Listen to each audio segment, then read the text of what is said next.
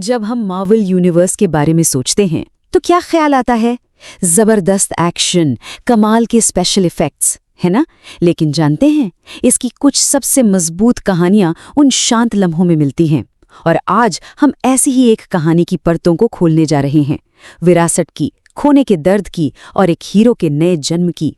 कहानी की शुरुआत होती है इन 3 शब्दों से, और ये कितने भारी हैं। सब खत्म हो गया। ये सिर्फ एक लाइन नहीं है, ये असल में एक पूरे युग के खत्म होने का ऐलान है, जो हमें सीधा कहानी के इमोशनल सेंटर में खींच लेता है। लेकिन अरे, ये मार्वल है, यहाँ हर अंत अक्सर एक नई शुरुआत ही तो होता है। और इसी तबाही के बीच एक युवा हीरो की कहानी बस सामने आने ही वाली है। हाँ, ये पीटर पाकर की कहानी है।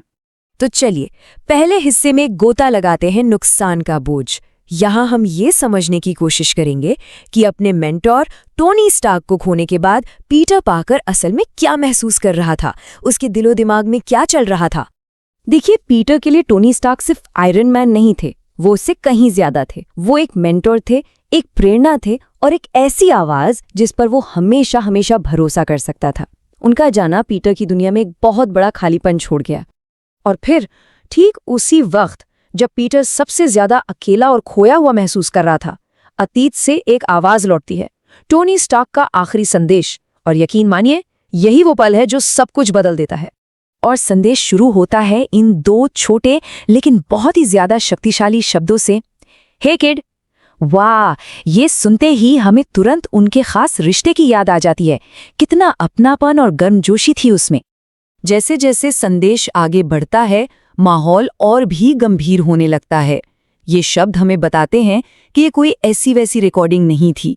इसे एक खास वजह से बनाया गया था, एक ऐसी वजह जो एक बहुत ही दुखद सच्चाई से जुड़ी हुई थी। और फिर वो सच्चाई सामने आती है जिसका कोई सामना नहीं करना चाहता था। टोनी स्टार्क की अपनी आवाज में ये शब्द सुनना, तो मैं नहीं रहा। ये उनकी मौत की आखिरी पुष्टि थी। एक पल के लिए जैसे सब कुछ थम सा जाता है। हाँ, ये खुद टोनी स्टार्क की आवाज थी जो मौत के पार से भी गूंज रही थी। ये हमें दिखाता है कि एक हीरो का असर कभी खत्म नहीं होता और कभी-कभी यही असर एक नई शुरुआत की चिंगारी भी बन सकता है। और यहीं टोनी अपने संदेश का सबसे जरूरी हिस्सा बताते हैं। वो पीटर को कहते हैं कि वो सिर्फ एक सुपर हीरो नहीं है, वो टोनी स्टार्क की उम्मीद है, उसका भविष्य, उसकी विरासत है। सोचिए जरा, ये सिर्फ तारीफ नहीं थी, ये एक जिम्मेदारी थी जो उसे सौंपी जा रही थी। टोनी पीटर को बता रहे थे कि अब मशाल उसे उठानी होगी। ये हमें कहानी के बिल्कुल दिल में ले आता है। ये सोच कि असली हीरो पैदा नहीं होते, उन्हें बनाया जाता है और उन्हें दर्द और नुकसान की आग में ही घड़ा जाता है। ये पीटर के एक सच्चे हीरो बनने का सफर है। ये लाइन, दर्द के बाद ही असली हीरो पैदा होता है, ये इस पूरी कहानी की आत्मा है। ये हमें सिखाती है कि मुश्किल हालात ही एक सच्चे हीरो को जन्म देते हैं। पीटर का दर्द ही उसकी सबसे बड़ी ताकत बनने वाला था। ये कितनी खूबसूरती से दिखाता है कि कैसे एक युग का अंत दूसरे की शुरुआत बन जाता है। जिस दिन दुनिया ने आयरन मैन को खोया, असल में उसी दिन स्पाइडरमैन का एक नए हीरो के तौर पर पुनर्जन्म हुआ। टोनी के ये शब्द, don't waste your life, make it count, मतलब ये सिर्फ पीटर के लिए नहीं थे, है ना? ये हम सबके लिए एक सबक है। अपनी जिंदगी को बेकार मत जाने दो, उसे खास बनाओ। यही तो वो असली विरासत है जो टोनी पीछे छोड़ गए हैं। और अब हम पहुंचते हैं अपने आखिरी हिस्से पर। यहाँ हम इस बात को समझेंगे कि एक हीरो की असली पहचान उसके आदर्शों और उसके असर से होती है, जो उसके जाने के बहुत बाद भी जिंदा रहते हैं। तो विरासत का असली मतलब क्या है? ये कोई चीज नहीं है जो कोई पीछे छोड़ जाता है।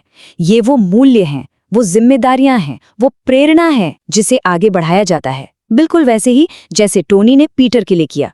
हीरो कभी मरते नहीं, ये एक बहुत ही शक्तिशाली बात है। इसका मतलब है कि एक हीरो का शरीर भले ही चला जाए, लेकिन उनका असर, उनकी यादें और उनके सिखाए हुए सबक वो हमेशा जिंदा रहते हैं। तो ये हमें एक आखिरी और बहुत ही जरूरी सवाल पर ले आता है। अगर हीरो कभी नहीं मरते तो फिर वे असल में रहते कहाँ हैं? इसका जवाब खैर बहुत सरल है, लेकिन बहुत गहरा भी। वो हमारी यादों में, हमारी प्रेरणा में, वो हमारे दिलों में जिंदा रहते हैं।